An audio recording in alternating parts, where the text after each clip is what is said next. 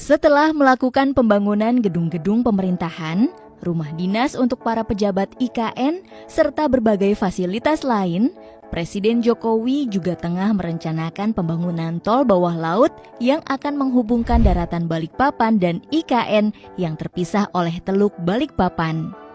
Tol ini kabarnya akan menggunakan teknologi modern dan akan menjadi tol bawah laut pertama di Indonesia. Lantas, kira-kira seperti apa perkembangan proyek terhebat era Presiden Jokowi yang satu ini? Berikut 7 fakta pembangunan proyek tol bawah laut IKN yang bikin bangga rakyat Indonesia. Mari simak videonya. Namun sebelum ke videonya, mari klik subscribe-nya dan nyalakan notifikasinya. Awal dicanangkan. Proyek tol bawah laut IKN pertama kali terkuak ke publik pada Januari 2022 lalu. Nantinya, proyek kerjasama Indonesia dengan Korea Selatan ini akan menjadi salah satu jalur alternatif menuju IKN dari sisi timur, yakni di sepanjang tol akses IKN segmen 4A, Simpang Tempadung Outer Ring Road IKN 18,2 km yang akan memangkas waktu tempuh dari 2 jam menjadi 30 menit dari Balikpapan ke IKN. Proyek ini secara jelasnya akan menggunakan teknologi immersed tunnel, yakni berbentuk seperti terowongan yang dibagi menjadi beberapa bagian, sepanjang 1,5 km dan lebar 22 meter.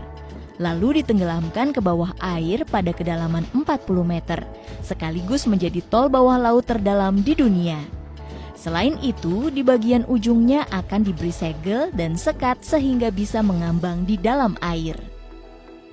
Tak hanya itu, di proyek yang mengadopsi beberapa negara Eropa dan Korea Selatan ini juga terdapat 2 lintasan seperti terowongan pendek khusus untuk jalur satwa. Menurut Ketua Satgas Pelaksanaan Pembangunan Infrastruktur IKN, Danis Hidayat Sumadilaga, teknologi immersed tunnel digunakan karena sesuai dengan konsep New IKN yang mengusung konsep Forest City. Apalagi di sekitar proyek ini juga terdapat habitat hewan yang dilindungi seperti pesut dan bekantan.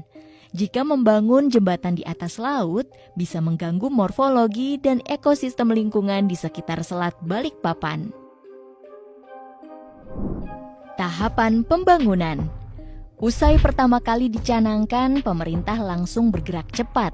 Menurut Ketua Satgas Pelaksanaan Pembangunan Infrastruktur IKN, Danis Hidayat Sumadilaga, saat ini proyek tol bawah laut IKN tengah dalam proses Feasibility Study atau FS atau studi kelayakan.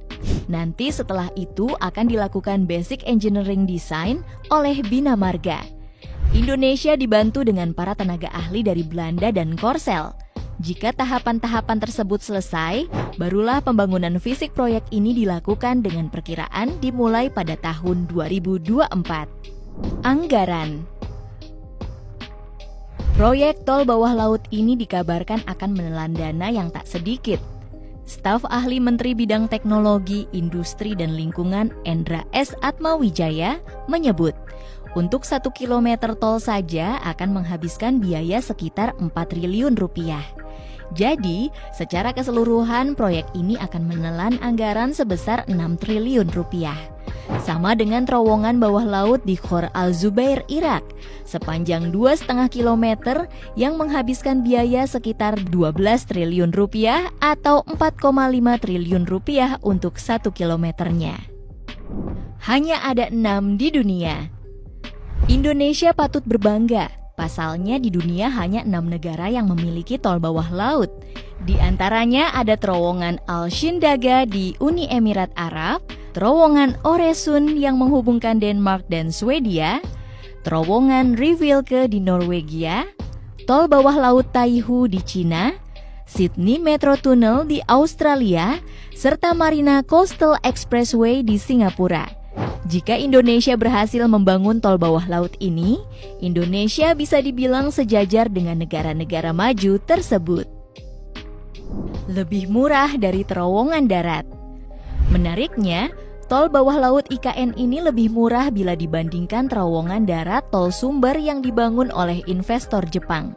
Sebagaimana yang diketahui, terowongan tol Sumbar merupakan bagian dari ruas tol Padang Pekanbaru yang lebih tepatnya berada di seksi Payakumbuh, Pangkalan.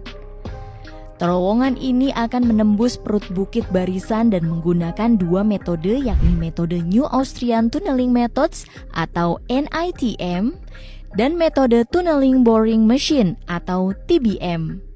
Di sana akan dibangun 3 terowongan yang diperkirakan menelan biaya sekitar 9 triliun rupiah. Mahalnya pembangunan terowongan darat ini dikarenakan panjang lintasan dan medan yang harus dilalui.